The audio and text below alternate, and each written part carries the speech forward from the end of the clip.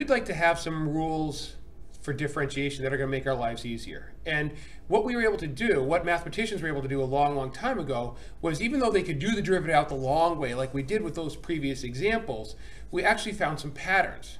And those patterns, those rules, work no matter what. All right? So we got a whole bunch of derivative rules that we're going to explore now. The first four, the four basic ones, come up in these next couple of videos. So you see behind me here, we have the constant rule. That's our first rule. Now, the derivative of a constant, that means that all we have is just a number. So for example, we have the function f of x is equal to 6, or g of x is equal to pi. Okay, and the question is, what is the derivative of these functions? Is there a rule that works whenever we have just a constant? Okay, well, there's a couple ways to go about this.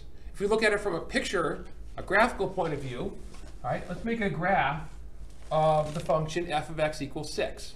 We have our x-axis and our y-axis, and we know that this graph is a horizontal line that is 6 units above the x-axis. Okay, so we're looking for the derivative. Now, what's the derivative? According to our song, the derivative is the slope of the tangent to the curve at a point along the way. Okay, well, let's pick a point on our curve right here, and we need the tangent line. What happens, I'll even switch markers here, the tangent line covers the actual line itself. The derivative is the slope of that black line. What's the slope of any horizontal line? Exactly, it's 0. So it turns out that no matter what the constant is, the derivative is always going to be 0. That means if f of x is equal to 6, f prime is 0.